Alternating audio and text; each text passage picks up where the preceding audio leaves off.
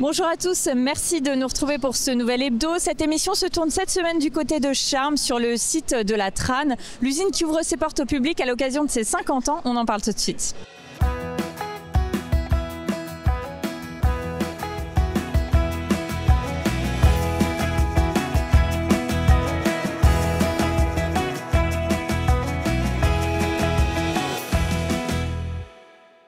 Nous sommes donc au cœur de l'usine de Trane à Charmes. Je suis avec Nathalie Baxelaire. Bonjour. Bonjour. Alors vous êtes PDG des sociétés Trane ici à Charmes et également du site de Golbey.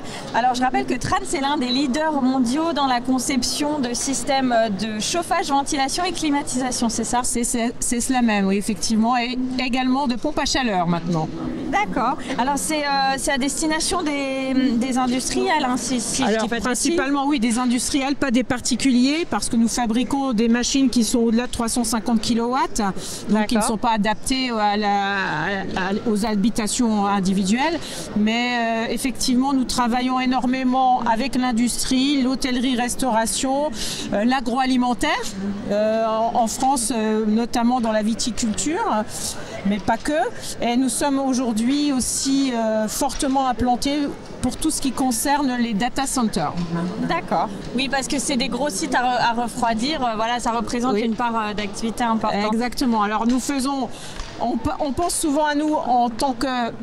On parle de refroidir, on parle de climatisation, mais nous ne faisons pas que ça. Oui, il y a aussi le chauffage. Absolument. Alors on sait faire aussi des machines qui font du froid et du chaud en même temps. Oui, par exemple, une application simple, l'hôpital. On a besoin de refroidir les salles d'opération, mais ça génère de l'énergie qu'on recycle pour chauffer les eaux sanitaires et chauffer donc les chambres. D'accord. Donc je rappelle que c'est une société qui dépend donc du groupe américain qui s'appelle Trane Technologies, qui a commencé tout petit. C'était une entreprise familiale en 1885, si je ne dis pas de bêtises, qui aujourd'hui s'est développée dans le monde entier. Hein. Absolument. C'est un groupe international. Mais ce qu'il faut retenir, c'est l'histoire française de ce groupe. Donc avec une première collaboration en France, dans les Vosges, à Golbey, en 1957, avec la CEMAT. Et le premier site, la première usine Trane en Europe en 1964 à Golbey.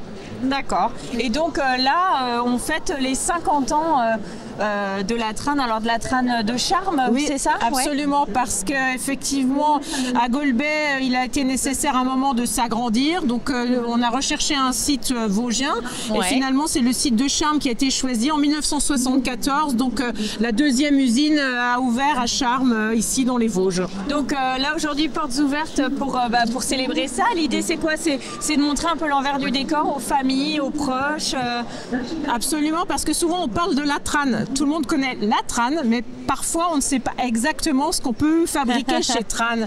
Donc je pense que c'est une super opportunité, ces 50 ans, de recevoir les familles de nos salariés, de montrer un petit peu quelles sont les compétences mises en œuvre au quotidien, les savoir-faire, parce que vous verrez au travers de votre visite, tout est minutieux, donc il y a un savoir-faire, une somme de savoir-faire incroyable. Et c'était l'opportunité, ces 50 ans, de le refaire redécouvrir à toutes les familles. Donc je trouve que c'est une belle journée. On a même le temps qui est avec nous. Il ne pleut même pas. Donc et on accueille avec plaisir toutes les familles. Et on a des animations pour les enfants. On a des rétrospectives pour les plus grands. Donc oui, il y a de quoi faire. Et puis on voit qu'il y a beaucoup de monde.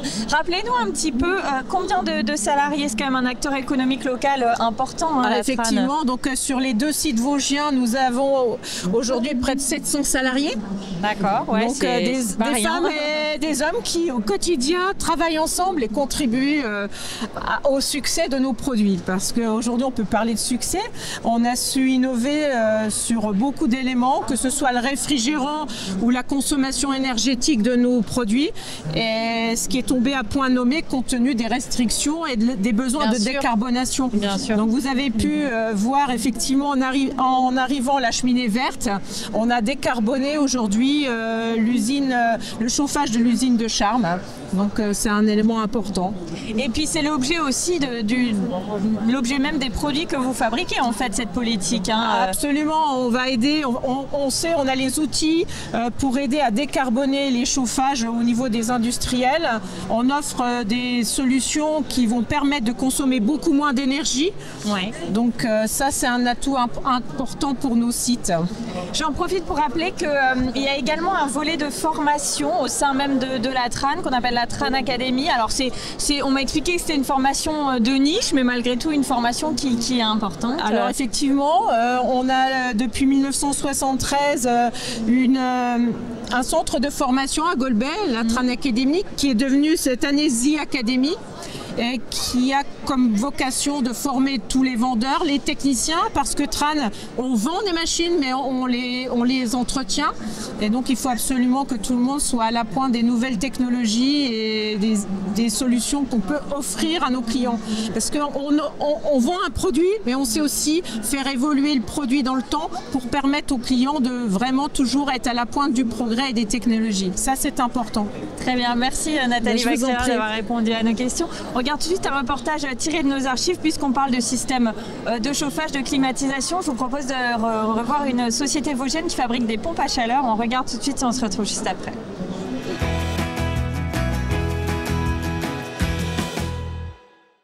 Ils sont seulement une petite dizaine en France et l'un d'entre eux est vosgien. Le concepteur et installateur de systèmes de chauffage Vivreco vient de déménager d'Anglemont à Jean-Ménil dans les locaux de l'ancienne poterie. Vivreco fabrique des pompes à chaleur, principalement pour les maisons individuelles, et tout commence par une estimation des besoins. C'est une pompe à chaleur sur air, sur sol, géothermie, sur eau, aquathermie. Et puis surtout déterminer sa puissance, de sorte qu'elle soit bien adaptée, ni trop grosse, ni trop petite. Et avec ça, si on respecte bien ça, évidemment, nous, on ne fabrique pas seulement la pompe, mais on conçoit le capteur, c'est-à-dire la partie sur laquelle on prend l'énergie dans le sol, dans la terre, le capteur extérieur, l'émetteur, les radiateurs ou le plancher chauffant, la pompe à chaleur, le régulateur qui est capital, et puis évidemment l'installateur, ça c'est le clou de Vivreco, on maîtrise toute la solution de A à Z pour que le client soit content longtemps. C'est le but, c'est notre combat depuis 24 ans. Des machines entièrement assemblées par les 10 salariés de l'atelier, déjà 16 années de présence pour Rémi. On crée nous-mêmes le système frigorifique à l'aide de ceinteuses électriques, travail très manuel, oui. Il n'y a aucun robot, aucune machine, tout est fait à la main. Si on compte vraiment en temps de travail dessus, de la journée, la machine est faite. Ouais. Très peu émettrices de gaz à effet de serre, les pompes à chaleur sont à la mode pour remplacer progressivement les chaudières fuel et gaz. Emmanuel Macron compte dessus pour la transition énergétique française, avec l'ambition d'ici 2027 de tripler le nombre de machines produites en France.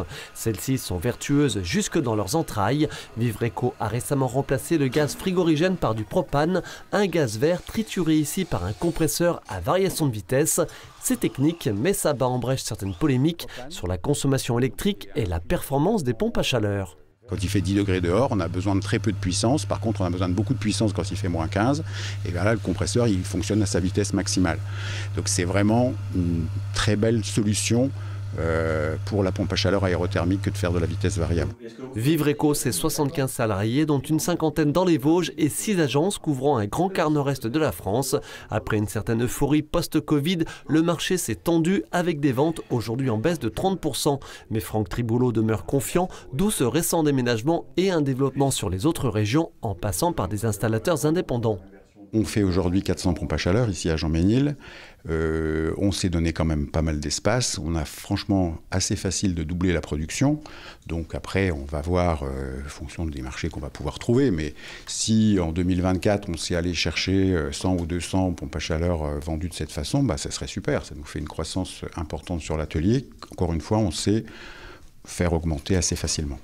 Avec ses 4500 unités fabriquées et installées en 24 ans, d'un coût supérieur à 20% à la moyenne, Vivreco est un petit pousset du marché dominé par des multinationales vendant chaque année plusieurs dizaines de milliers de machines, produites principalement en Asie. En jouant sur la proximité et la performance de ses pompes à chaleur, le fabricant vosgien entend toutefois se maintenir dans le jeu. Nous sommes de retour chez TRAN. Je suis cette fois avec Fabrice Coé. Bonjour. Bonjour. Vous êtes responsable de laboratoire chez TRAN à Charmes. Oui. On est juste devant le fameux laboratoire de recherche et de développement de la TRAN. C'est en fait un centre d'essai qui permet de tester le matériel dans des conditions plutôt extrême. Alors expliquez-nous un petit peu de quoi il s'agit. Ce bâtiment a été construit en 2014 et démarré en janvier 2015. Ouais. Et le but principal de ce bâtiment, qui est un laboratoire, est de tester les unités en phase de développement. On a la chance d'être à proximité de l'engineering. Donc plusieurs équipes vont nous envoyer des prototypes. Ces prototypes vont être rentrés dans la salle climatique. On va passer quelques jours à l'instrumenter. Donc ça peut être jusqu'à 300 capteurs additionnels rajoutés autour de la machine. Et le technicien qui va suivre l'essai va pouvoir, grâce à ces mesures physiques, suivre le fonctionnement de la machine. Donc une salle climatique, vous m'avez dit, c'est-à-dire qu'en fait on peut mettre de l'humidité, de la chaleur, enfin c'est un peu tout ça l'idée, quoi. Exactement. En fait, Société Tran vend des unités du nord de la Suède jusqu'au Moyen-Orient ainsi que la Nouvelle-Zélande et l'Australie. Donc on doit pouvoir tester les machines comme si elles étaient chez le client. Donc au minimum on va faire d'une température à moins 25 degrés jusqu'à 60 degrés. Et comme vous l'avez dit, on peut aussi tester l'humidité. Contrôler l'humidité, en rajouter ou en retirer. Donc c'est un dispositif assez innovant. J'imagine que c'est pas le cas dans beaucoup d'entreprises de pouvoir faire des tests comme ça en conditions réelles finalement. Je dirais même que ce laboratoire-là est à mon avis unique en Europe et peut-être dans le monde avec les plus fortes puissances. Ah oui. Alors vous avez démarré il y a 35 ans dans cette société. Ça fait pas mal d'années que vous êtes là. Vous avez commencé en tant que quoi finalement? En fait, juste après mon année militaire, comme c'était le moment dans les années 89, j'ai maintenant 35 ans de société Tran et je suis très content d'y travailler. J'ai commencé comme technicien supérieur à développer des programmes d'application dans les unités de refroidissement. Et au fur et à mesure, j'ai évolué. J'ai fait aussi un petit peu de chantier. J'ai été partout en Europe et dans le monde pour suivre des machines. Et depuis 10 ans que le laboratoire a été inauguré, je suis responsable du laboratoire de Charmes. Il y a une équipe d'essai et une équipe acoustique et vibration. Et donc vous dites que voilà, ça fait 35 ans, vous y êtes bien, mais qu'est-ce qui fait que vous y êtes bien? Qu'est-ce qu'elle a de plus, cette entreprise, à vos yeux? Principalement, elle fait confiance aux gens. Je suis vraiment un cas concret. J'ai commencé, pas au plus bas de l'échelle, mais j'ai commencé comme technicien d'essai et je suis aujourd'hui responsable d'un laboratoire. Mon chef, qui est donc responsable des laboratoires de Charmes et de Golbet, donc me laisse tout à fait confiance. D'ailleurs, on a des projets d'évolution, de doubler, on va dire, ses capacités de test et j'ai été nommé responsable du projet. Donc c'est une belle évolution. Tout à fait. C'est grâce à la société où j'espère on fait du win-win. C'est intéressant pour moi et j'espère pouvoir le rendre à la société.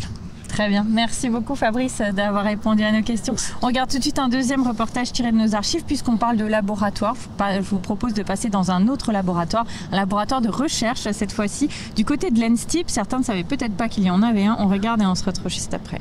Merci.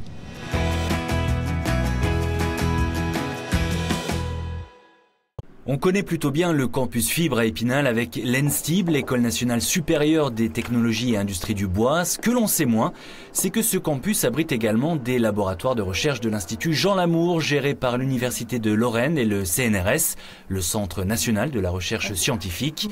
Ici, on retrouve donc une petite équipe de chercheurs, des Français, des Russes, des Brésiliens, dirigée par une Espagnole, Maria Vanessa Fierro Pastor, chercheuse en sciences des matériaux, multiprimée à l'international et récemment, sur ces images tournées en juin dernier à l'Espace Court à Épinal, lauréate de la médaille d'or des talents CNRS pour ses travaux sur le tanin, une molécule végétale présente dans l'écorce du mimosa.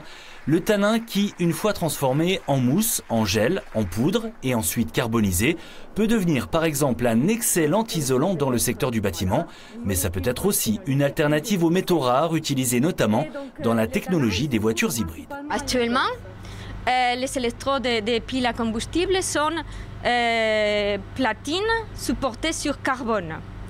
Si maintenant on se mettait à produire toutes les voitures qu'on doit produire avec des piles à combustible, il n'y aurait pas suffisamment de platines dans le monde. Ce que nous faisons, c'est à partir des tanins qu'on va trouver dans la plupart des espèces végétales, on va produire des carbones dopés à l'azote et dopés avec du fer. Le fer qui est le métal le plus commun. On a même dans le sang.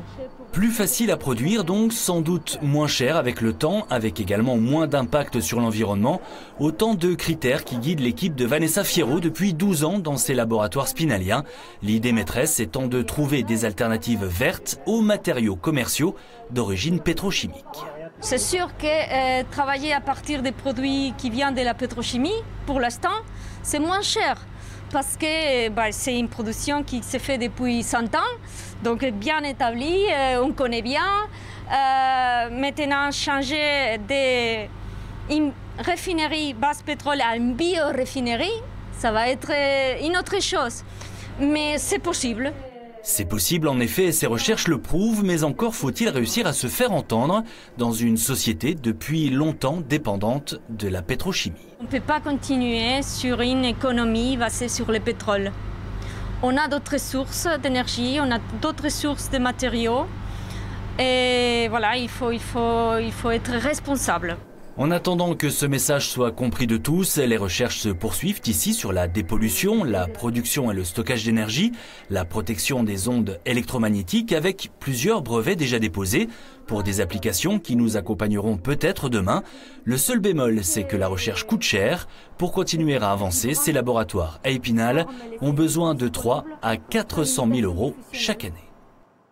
Je retrouve tout de suite Emmanuelle Biche, bonjour. Bonjour. Alors vous êtes responsable de la chaîne d'approvisionnement et du service, en quelque sorte le SAV. Voilà, de la TRAN. C'est ça. Et donc ça fait 35 ans que vous travaillez. Oui, ça fait 35 ans le 1er juin de cette année. Et donc je suis rentrée en tant que stagiaire chez TRAN en 89. D'accord. Et après être restée 2 mois en tant que stagiaire, puisque je faisais dans le cadre de mon BTS, à l'époque on l'appelait secrétariat international, parce qu'on travaillait encore avec des machines à écrire. Et donc j'ai eu l'opportunité finalement d'être embauchée directement à l'issue de mon stage. Donc à l'époque vous étiez analyste de commande. Analyste de commande. C'est ça. Déjà pour le SAV et je m'occupais déjà principalement des commandes destinées au Moyen-Orient, à tout le grand export. Et donc là aujourd'hui, responsable de service, vous avez pas mal de personnes sous... donc j'ai une dizaine de personnes sous ma responsabilité. Alors bel exemple d'ascension professionnelle au sein d'une entreprise oui. Finalement. Hein. Ah ben tout à fait. Bon, ça a été aussi parce que je me suis beaucoup impliquée dans des différents projets. Alors vous pouvez imaginer effectivement les outils qu'on avait en 1990, donc les machines à écrire. On n'avait pas d'ordinateur. Pour envoyer des messages, on avait ce qu'on appelait des téléx. Ouais. On a vu arriver le fax, qui était déjà une révolution. Et puis après, on a donc eu nos premiers ordinateurs. Et il a fallu évoluer aussi avec tous ces nouveaux outils. Et à chaque fois, finalement, j'étais toujours détachée pour travailler sur l'intégration de ces nouveaux outils, des nouveaux logiciels. Et récemment, avant de revenir à ce poste-là de service, j'ai effectué pendant 6 ans, 7 ans, l'intégration de notre logiciel actuel dans tous nos bureaux de vente en France, en Europe et même au Moyen-Orient. Ah oui, donc vous avez une belle expérience en tous les cas. J'ai l'impression qu'ici ça reflète pas mal. Puis bon, c'est assez logique parce que c'est un groupe américain, mais ça reflète un petit peu que l'esprit d'entrepreneuriat à l'américaine qui prouve que on peut évoluer si on le veut, peu importe. Voilà. C'est tout à fait ça, et à travers des formations aussi. Et puis quand on a envie d'évoluer, c'est vraiment une chance que l'on a avec cette entreprise. En plus, moi je pratique 2 langues, l'espagnol et l'anglais, et ça me permet, surtout l'anglais, de le pratiquer au quotidien, par téléphone, etc. Donc je n'ai jamais perdu mon anglais scolaire, au contraire, il s'est amélioré. J'ai dû faire des formations à des personnes de nos bureaux en anglais, donc maintenant ça ne me fait plus peur du tout, quoi. Mais c'est vrai que quand on fait un petit peu la rétrospective de tout ce parcours, c'est vrai que c'est impressionnant. Je ne m'attendais pas du tout à en arriver là un jour. On voit que les femmes ont quand même une place importante chez TRAN. On a la PDG qui est une femme, vous êtes responsable d'un service. Voilà, on sait que ça fait aussi partie des choses qu'on essaye de faire, d'attirer les femmes dans le monde de l'industrie. C'est pas encore facile aujourd'hui. C'est pas encore facile, mais quand on regarde maintenant je me faisais la réflexion, et on est beaucoup de femmes managers maintenant chez Tran. Donc on nous donne de plus en plus de responsabilités, on nous fait plus confiance. Je pense qu'on a peut-être un petit côté qui est avec un peu plus d'empathie que les hommes pour gérer les équipes. Et puis, Donc on voit, puis on œuvre aussi, il y a Capital Filles dont Nathalie Vaxelaire fait partie. Moi j'ai reçu deux filleules également, où on essaye d'introduire les femmes dans le monde de l'industrie. Et c'est vrai que les postes à responsabilité se féminisent de plus en plus chez Tran, et ça c'est même dans un milieu où on peut voir de machines. Mais même en usine, il y a de plus en plus de femmes aussi. Et ce sont des métiers propres, je veux dire, on a une entreprise propre et qui peut accueillir tout le monde au final. Donc espérons que ça se poursuive dans ce sens-là. Merci beaucoup d'avoir répondu à nos questions. On regarde les infos de la semaine.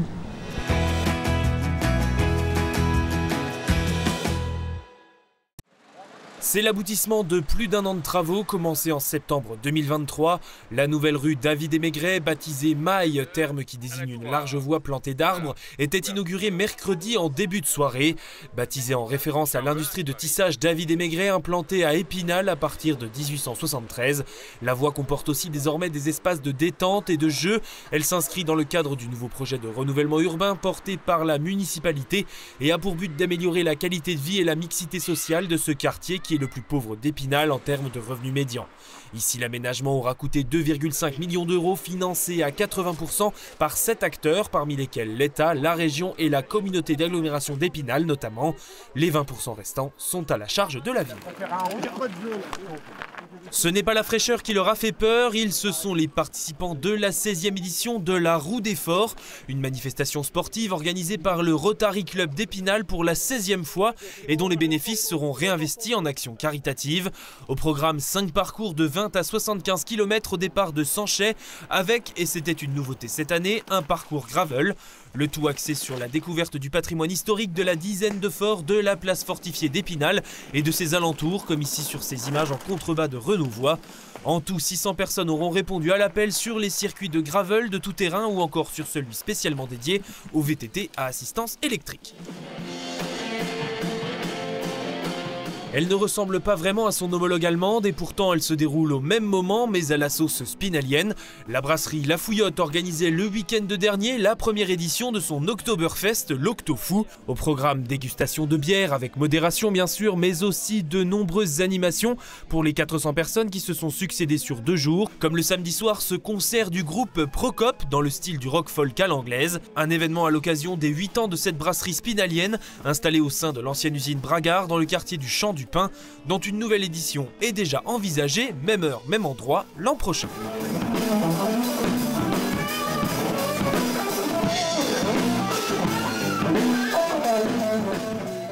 Un public très familial pour de la musique classique, voilà qui peut de prime abord interpeller. Mais l'explication est dans le répertoire choisi. Cela se passait dimanche dernier au centre culturel de Golbet où l'ensemble orchestral Épinal La Belle Image tenait son concert de rentrée. Très ludique et donc adapté pour le jeune public avec en première partie Jeux d'enfants de Georges Bizet, le comédien Benoît Marchand jouant le rôle du narrateur. Les trompettes par là, avec les trombones, chacun sa place. Et s'ils sont plus loin, c'est tout simplement parce qu'ils jouent plus fort que ceux qui sont devant. Même combo orchestre récitant pour la deuxième partie consacrée à l'histoire de Babar, le petit éléphant de Francis Poulenc. La saison de l'ensemble orchestral est donc lancée. Prochain rendez-vous les 16 et 17 novembre à Chantraine et Raon-au-Bois avec le Requiem de Forêt au programme.